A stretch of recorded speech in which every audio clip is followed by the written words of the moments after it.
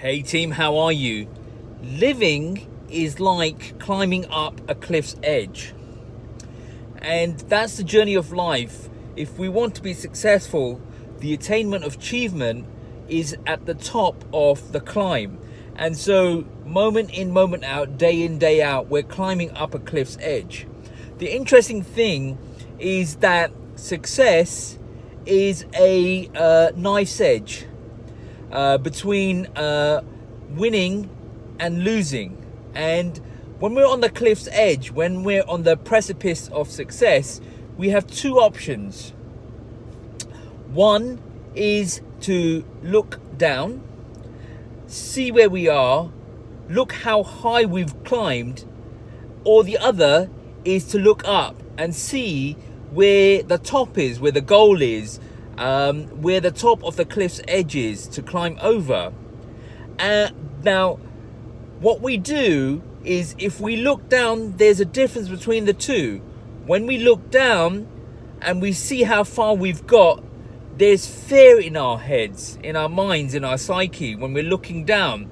And that has the impact, that has the issue of perhaps creating worry, anxiety in you, where you are overcome by your fear and you dislodge yourself and you fall.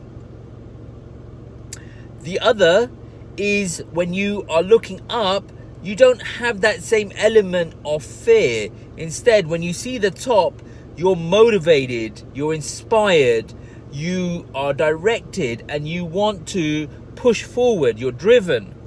So both of those options are equally valid because the situation is the same. They're sharing the same space, and you're making a choice on how you want to look. The question is, why do some people look down and why do some people look up?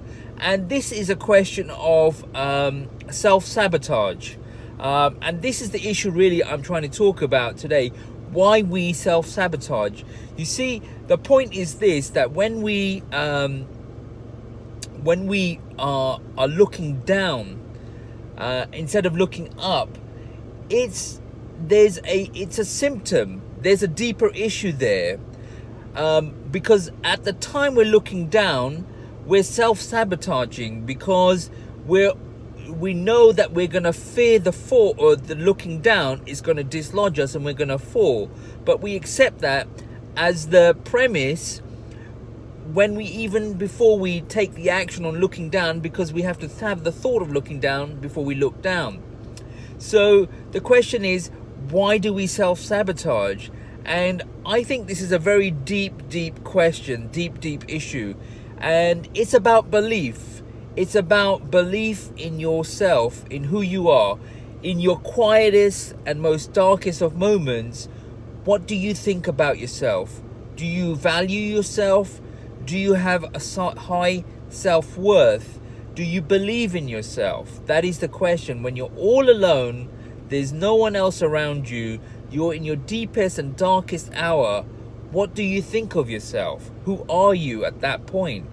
And the point is this, that I believe when we have a low opinion of ourselves, when we have low self-worth, when we don't believe in ourselves, when we don't love ourselves, it's at that point that we self-sabotage, because we don't value ourselves. We don't believe we deserve the success of climbing to the top of the cliff's edge and winning and, succeeding. We don't believe we deserve it. So how do we get to a situation where we believe we should deserve that success, and that we always look up at the point of on the precipice of success, at the point or the pivotal point of success or failure, where we need to either go forward or we end up going backwards? How do we maintain composure to go forward? The point is, like I said, it's about belief. And in order to not self-sabotage, because what happens is when we self-sabotage, we fall. And then we fall and we numb ourselves with vices, with addictions, with escapisms. And so those are all symptoms of dealing with the reality of having fallen, but you fall because of a lack of self-belief, self-worth, self-love. So it's about believing in yourself and loving yourself. And how do you do that? The way you do that is by investing in yourself. When you invest in yourself, when you eat right, have good food, when you exercise, you take care of your health, you take care of your body, when you sleep well, when you go to sleep at a good hour and rest well and recover well from the previous day, when you have and are in good relationships, when you hang around with the right type of people, when you invest in yourself, then you respect yourself. But the issue is, in terms of investing in yourself, what do you need to do? You need to exercise willpower, because investing in yourself requires a movement, an exercising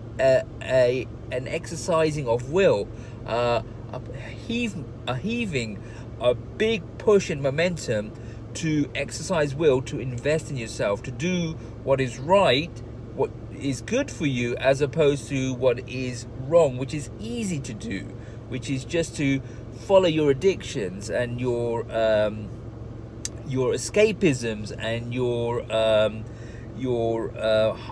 thrill seeking, because then you feel better about yourself, because you've numbed yourself against who you are. So in that deepest and darkest hour, when you are on your own and you see yourself, you're numbing yourself against the reality of that person. So rather than numbing yourself against the reality of that person, what you need to do is the alternative, which is to invest in yourself, exercise willpower.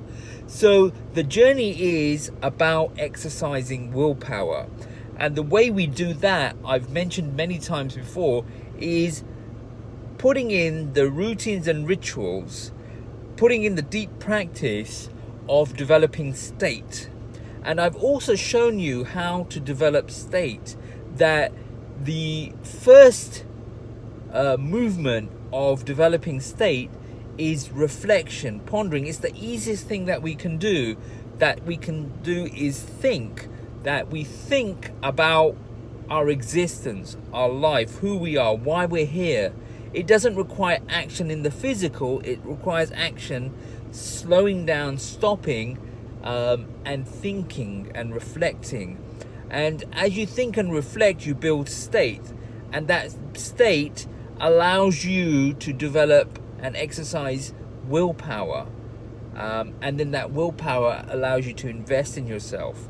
And when you invest in yourself, you are demonstrating to your natural state, your lower self, that the higher self respects and loves the lower self.